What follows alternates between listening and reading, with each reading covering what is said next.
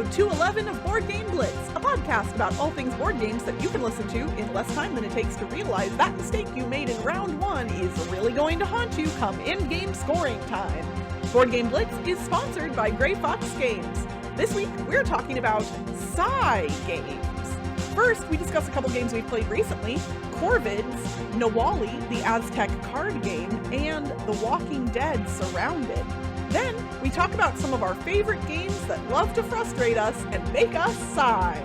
And now, here are your hosts, Ambie and Crystal. One quick announcement before we hop into the episode, and that is that our contest is still going on in celebration of our 8th anniversary, which we talked about in our last episode.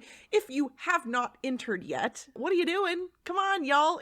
You can enter via free means, or you can enter via means that support the podcast directly. And both of those things would be pretty awesome, I think. So if you would like to enter to win a Midgard small box games bundle from Gray Fox Games, our amazing sponsor, all you have to do is either A, be supporting us on Ko-fi, K-O-F-I, Ko-fi. The link is going to be in the show notes and we'll mention it at the end of the episode, but be one of our supporters there, or send us an email, boardgameblitz@gmail.com, and tell us two things. One, how long you've been listening to Board Game Blitz, and it is okay if that is a short amount of time. And number two, what is one thing you'd like to hear on our show in the future? Yes, we are fishing for ideas, because we've been doing this for over 8 years now, and sometimes it's hard to come up with new ideas. So yes, enter the contest. It will be running until the end of June, so you have time, but if you're like me, you're going to be like, oh, I have plenty of time, I'll do it later, and then you'll never do it, and you will regret it, because you will not be able to win if you do not enter. So enter now! Recently, we got review copies of Corvids. Corvids is a game designed by Jasper Beatrix, published by DVC Games. Both Crystal and I got review copies of this, and we played it independently of each other. But Corvids is a kind of like a set collection game where you are all crows gathering trash, and the trash is in these forms of cards that are double-sided, and they have different things like paper clips or buttons or keys, and the things score differently. So like for buttons, if you get a set of 3 buttons, it's worth 7 points, but otherwise it's just worth 1 point each, and each thing scores differently. So on your turn, you're gathering these cards, but the way you do it is there's a whole pile of cards in the middle. It's like not a nice pile, it's a messy pile. They're just all like scattered around and shuffled around, and you have these tweezers that can help you pick up the cards, but you don't have to use tweezers or not, but like on your turn you're going to flip a card over and then also take another card, or take any card that's completely uncovered by other cards. And cards can have these wooden feathers.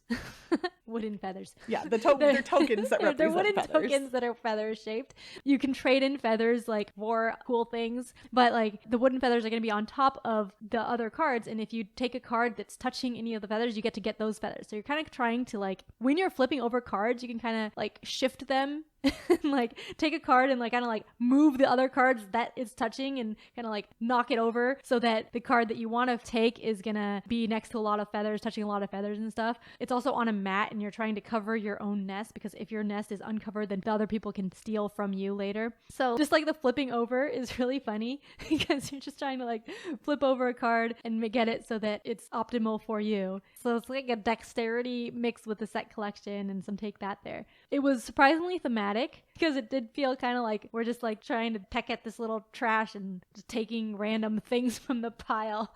Each bird had a different special, like you get extra points for this type of trash and stuff. So yeah, I played it once 3-player and we enjoyed it. It's a very unique feeling game and a fun theme. So, and that's Corvids. And Crystal, you played it as well. Yes. So we were reached out to by the designer of another game that Ambie and I both love, Rosetta, The Lost Language, which you all have heard us talk about a ton. And they now work for this company that is publishing Corvids. And they were super kind in their email to us, of course, because like we rave about Rosetta all the time. So they asked if we would review this one. And it is, I think Ambie really nailed it. Like, it's this, first off, I almost never used my hands. I used the tweezers exclusively because it did feel more like you literally, the actions you're taking are pecking and picking. And so you feel like you've got your little bird beak and you when you go to like flip a card over, it is like you're a bird rummaging through a pile of garbage to find the right garbage, right? Like you're a trash bird and you want trash, but you want the right trash. So, and some of the cards are double-sided, like they have things on both sides, and some of the cards aren't. And then there are certain cards that if they're face down in your collection, they can have a special power that can trigger when you flip them face up. And then there's others that like you want to have face up all the time. And so when you're flipping cards in the pile before you pick one, you're not just trying to manipulate where the cards are located or whether they're covered or not, but also like you're looking at, do I want this one to be face up or face down? And what do I want my opponents to be able to have access to? It really is interesting. It can play from 2 to 5 players, although I will say that when we tried playing it with 2, it was more of a like just kind of a back and forth, like I'm stealing from you, you're stealing from me, I'm flipping this and now you're flipping it back over. So I think it definitely shines better at a larger player count, but everybody gets to be a unique type of bird, and you got your little tweezers and you get to dig through the trash pile. And yeah, it is very unique feeling and it is super fun. The box lid has a like really nice clean reference for all of the actions and the iconography, which is super refreshing, because like it's one of those games where when you first learn it, you're looking at the icons and you're like, wait, what does that one mean again? There is text to explain them on the cards as well, but having that quick reference sheet just right on the lid of the box there is also nice. Yeah. So, and it has like the actions too on the box. Yeah, so it's like one of the magnetic flip top lids. So you can just lay it out on the table and kind of leave it there. The production is fabulous, which is unsurprising. Yeah. But yeah, I'm really glad that they sent one over to me too, because I had a lot of fun collecting my trash pile. And when we played it 2-player, we actually tied, and so we had to use the tiebreaker. So it was really close even when we played it with 2. What was the tiebreaker? Most feathers. So if feathers are not points at the not end, points. but they can be used as a tiebreaker. So yeah, I won in my game because I ended up like covering up my nest. The mat that you put all the trash on, it's like a cloth mat. It was kind of nice. But if your nest is covered up, then people can't steal from you. So I kept on my turn, I would like, when I did the flipping of the card, I would just cover up my nest and like kind of dump other cards onto my nest. Like take a card from the bottom, kind of shift over the other cards that were on top of it onto my desk, and then flip it over onto my nest. So my nest was very covered up. And then so the other people could only steal from the other person whose nest wasn't covered up. So that helped me a lot. Basically, they were just stealing from each other because my nest was covered. And then they realized, hey, wait a minute, we should be covering up our nest too. That's great. Love it. So that's Corvids. Corvids, which means like crow type birds. Yes. Yeah. All right. Next up, I want to talk about a game that is currently on Kickstarter called NAWALLI. NAWALLI is designed by Gonzalo Alvarez. He is a first generation Chicano artist and game designer, and he did basically all of the work in this game. It draws heavily from Aztec lore and culture, and you can tell that Gonzalo really like dug deep into his like heritage to pull a lot of really interesting facts and artwork styles and other things, which I really appreciate in a game, like when somebody brings their own history and heritage into it. So NAWALLI is a 2-player, well, it can be more than 2 players, but I'm going to talk about it in the 2-player sense, card battling game where players are summoning NAWALLs, which are these animal spirits, and then they are putting them out into lanes in front of them and attacking your opponent. And so the NAWALLs all have unique stats and abilities that you can trigger, and you are trying to capture 13 Tenali gems to win the game. And the gems kind of sit in the middle of the table between the 2 people at first, and then there's this back and forth as you pass the gems back and forth until somebody gets 13 of them. The NAWALLs can be like, you can play them individually, or you can actually shapeshift them to combine different NAWALLs and like use the abilities of one NAWALL on another, which is really neat. And then you also have spell cards that you can cast, which in a game like this is, another type of card is not surprising either.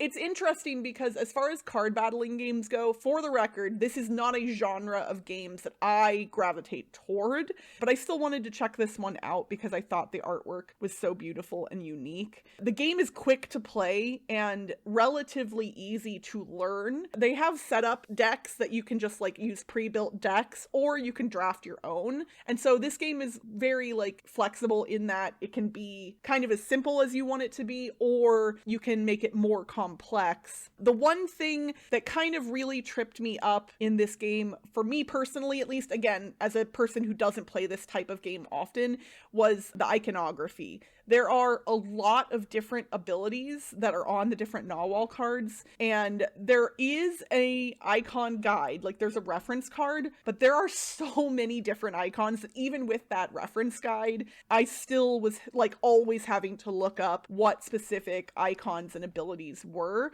because there wasn't accompanying text on the cards themselves. I think for people who are more familiar with learning like complex iconography sets for these types of games, I don't think it would be too bad, but for me it was rough. Yeah, the components that come with the game are really nice. Like they use polished obsidian rocks as counters and then glass gems, so it all feels kind of neat and authentic in a way that a lot of board game components don't. The game comes with a bunch of different cards. Like I said, there's different pre-built decks and then you can make your own. I enjoyed it for what it was. Again, for me, this is not the type of game that I'm like itching to play all the time, but I still had fun with it. It's on Kickstarter right now. I know they've already funded, like they've completely blown their goal out of the water already. This is the second edition of the game. They previously successfully kickstarted it before. So yeah, I would say NAWALLI, NAWALLI, the Aztec card game. Go check it out on Kickstarter if you like card battling games. It's a pretty neat one. Cool. I also got another review copy recently of The Walking Dead Surrounded from Button Shy Games. And I have to say, there might be others that I'm not thinking of, but Button Shy doesn't tend to tread into IP or licensed game territory very often, if at all. So when I heard that they were doing a 18 card Walking Dead themed game, I was intrigued. I watched the first few seasons of The Walking Dead TV show. I never read the comics and I didn't finish the show. I got a little tired after the season with Negan all over the place, which I'm sure some people out there can sympathize with, hopefully. But in The Walking Dead Surrounded, it is a cooperative game for 1 to 4 players. The 18 cards are all double-sided, and one side is a location, and the other side has survivors and walkers on it. And when you are playing cards from the deck, you have to choose whether you're going to put out a location or you're going to flip it over to the side where there are walkers and survivors, and you have to choose before you flip it. And the reason that's important is because you end up building out a checkerboard grid where like locations can't touch other locations and the cards with the people on them can't touch the other people. And you're trying to eventually make sure that the location cards don't get overrun by too many walkers, that there's enough survivors or leaders, which are more powerful survivors, to basically protect all of the locations in the grid. And that is kind of just the very, very basic version of the game. There's also like items on some of the cards, and some of the locations trigger special abilities or have special things that go off when they get played. But what's really cool about this game is there's a scenario book that comes with it, and based on whatever starting location you draw, there are specific scenarios for all 18 cards. So when you draw your starting location, you look up what the scenario is for that location, and then you play the game a little bit differently based on whatever location you drew first. So you can just play the very basic game with just like trying to get a lot of points for getting lots of survivors around places. But I think the scenarios are where this is really cool. I will say, for me at least, the theme didn't come through super strong, but if you are somebody who loves The Walking Dead, or you know someone who really loves The Walking Dead, it's a neat little licensed game. Like, it's quick to play, it's fun, and yeah, I really enjoyed it. You know, it's classic Button Shy, basically. It's hard to find much wrong with most of the Button Shy games I've played, and this one, especially for being licensed, I think they've done a really neat job of making a game that you can either play in its most basic form, or you can even make a little bit more thematic with the scenarios. And the scenarios all have different difficulty levels as well, so you can make the scenarios more difficult or easier depending on like who you're playing with and how hard you want the game to be. I know it's available on their website right now, so I don't know where else it might be for sale, but yeah, if you go to buttonshygames.com, it's $12 like most of their wallet style games. And yeah, I enjoyed this one quite a bit. So that's The Walking Dead Surrounded from Button Shy. Did you play it solo or multiplayer? Multiplayer. Okay. I could have played it solo, I guess. I didn't. Yeah, but... yeah, so it's 1 to whatever. Yeah, I mean, we basically, like, playing it multiplayer, you do take turns, but it's, to me, it's similar to Sprawlopolis, except in Sprawlopolis, you actually have cards in hand that you can't show the other person, but in this game, the deck is just face up. You can't pick the top card off the deck until you've decided what to do with it, because you don't get to see what's underneath it. But we basically just kind of collectively decided every turn. Okay. Like, I mean, I'm sure you don't have to do it that way, but I think since it is a cooperative game, that kind of just felt like the natural way to do it, and so that's how we played it. I mean, I've played solo games co-op before. So. Right. Oh yeah, absolutely. All right, for this week's thematic segment, I have to give a shout out to my bestie, Kathy, because this category of games is something that she inspired. She and I talk about our Sigh Games when we get together sometimes, and this is not a thing that you've ever heard of before. It's not a thing in board gaming, but I'm making it a thing. So, Sigh Games, it's hard to define. It's one of those things that you kind of know it when you know it, but for me, a Sigh game is a game that you enjoy a lot, but that frustrates you for any number of reasons in the midst of playing it. Like you're like, oh, this is so good, and oh no, what have I done, or what has the game done, or what just happened, or what did my opponent do? And like you have these like like this is moments where you just sigh because you're like, you realize either something has gone wrong or you're not going to be able to accomplish the thing that you were building toward. There's a number of ways that the sigh can happen, but for me, it's always in games that I enjoy. It's like if I'm playing a game I don't really like all that much, these moments don't happen because I don't care as much. It has to be a game that I'm like invested in, right? Like that I'm really like, yeah, and then, oh no. I feel like this happens a lot for me in strategy games, even if it's not like one that I super love, but like, because there's a lot of like Euro games that I play once and I'm like really invested. I'm building up the strategy and stuff, and then like if I mess up, then it's like, oh, dang it, or like someone takes that like, oh shoot, I really needed that or something. But I can't think of like a specific game where that happens a lot because it just happens a lot in a lot of games. Yeah, no, I think kind of what you said, like when somebody else takes something, I have a problem sometimes diverting strategies or changing course in the midst of a game. And so like if I've been like collecting stuff and building toward a thing, and then somebody, like maybe a goal card, just for an example, and then someone else picks it up or claims it before I do, it's just so frustrating because you're like, all this work is for nothing. It's so stressful leading up to it too. A lot of times I have like multiple paths and things I can do, or like at a certain point it's not possible for them to stop me anymore. But like leading up to that point, my like heart starts beating really fast and I'm like, oh no, like I don't want them to know that I'm trying to get this, and I don't want them to take this. And then, yeah. And then somebody takes it, and then you sigh.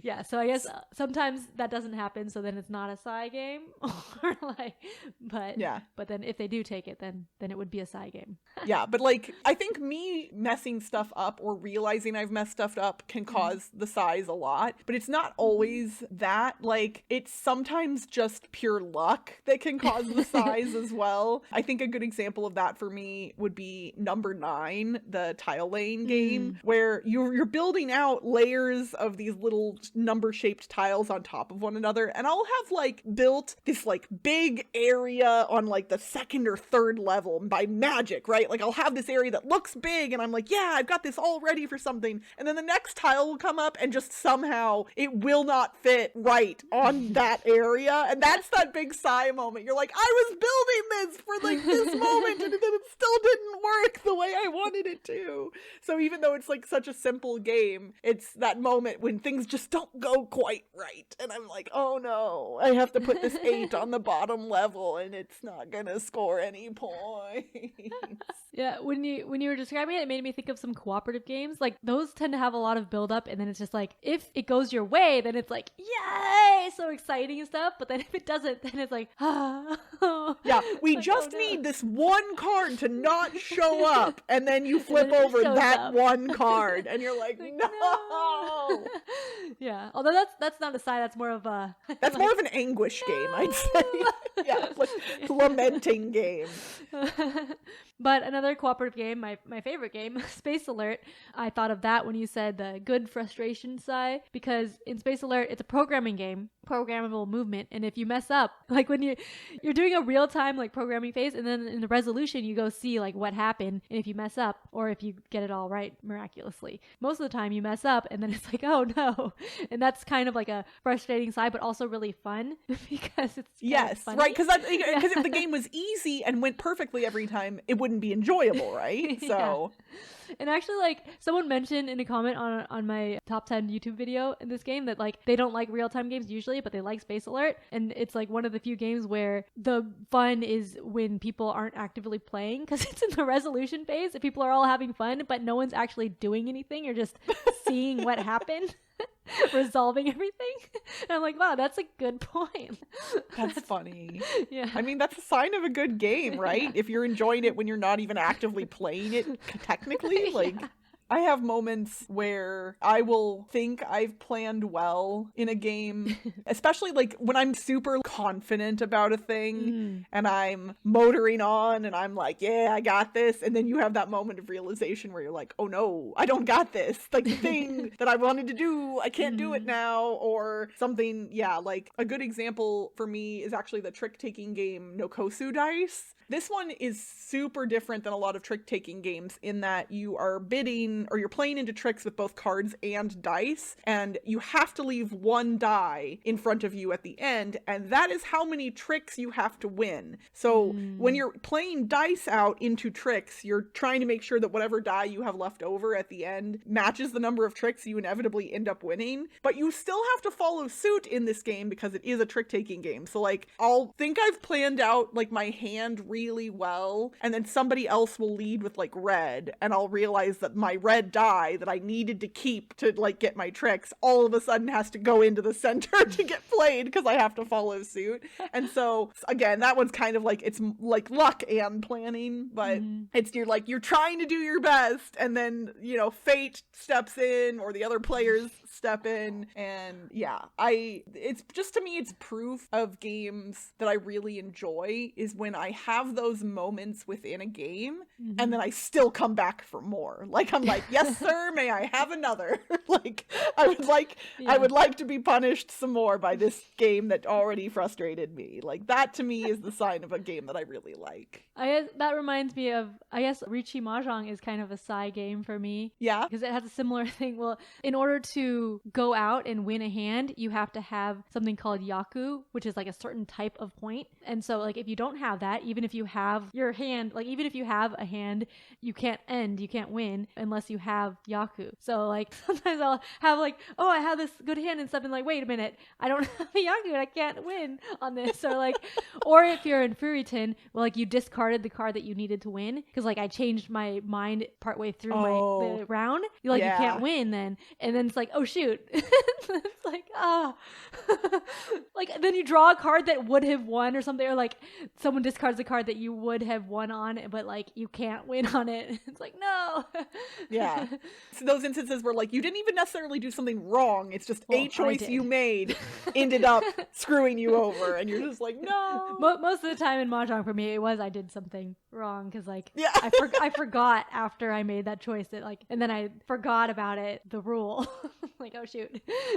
So yeah, when Kathy and I like play a new game, sometimes there have been times where we've identified a Sigh game like right away, where we're like, oh, this is one of those games. And again, they're not necessarily complex games. They can be simple games, but they're ones where I think another factor for me in Sigh Games often is ones where I sometimes take turns that are too long, where I'm just staring at everything because I don't want to make the wrong choice. And I'm just like, oh, wait, do I want to do that or do I want to do that? And I can't decide.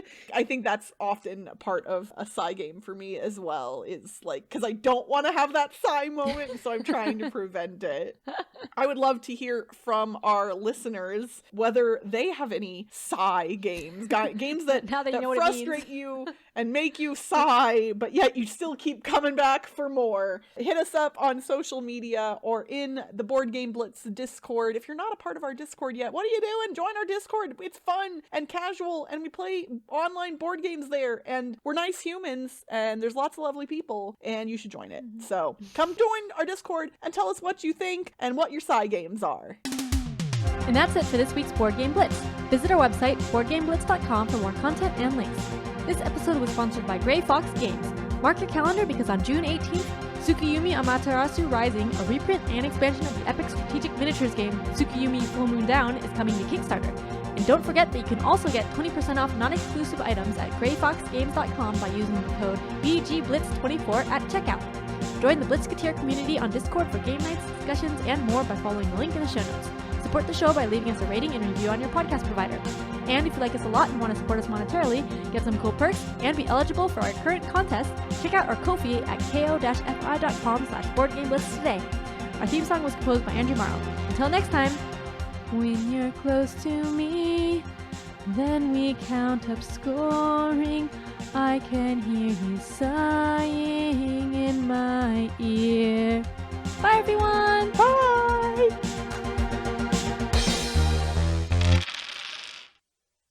Or send us an email with information that I don't remember now. Is that, if I scroll down, is it still down there? Yeah, it's still down there. Okay. Okay. Recently, should I say we or? Yeah, we. Okay. We. I'm French now, apparently. We should say we. Okay. We. All right. Which is a game, obviously. Which is a game. I'm gonna sneeze again. Oh no, it's stuck. I lost it. Okay, never mind. Even if you have your like 3 pairs or four triplets, whatever, 4 threes of a kind,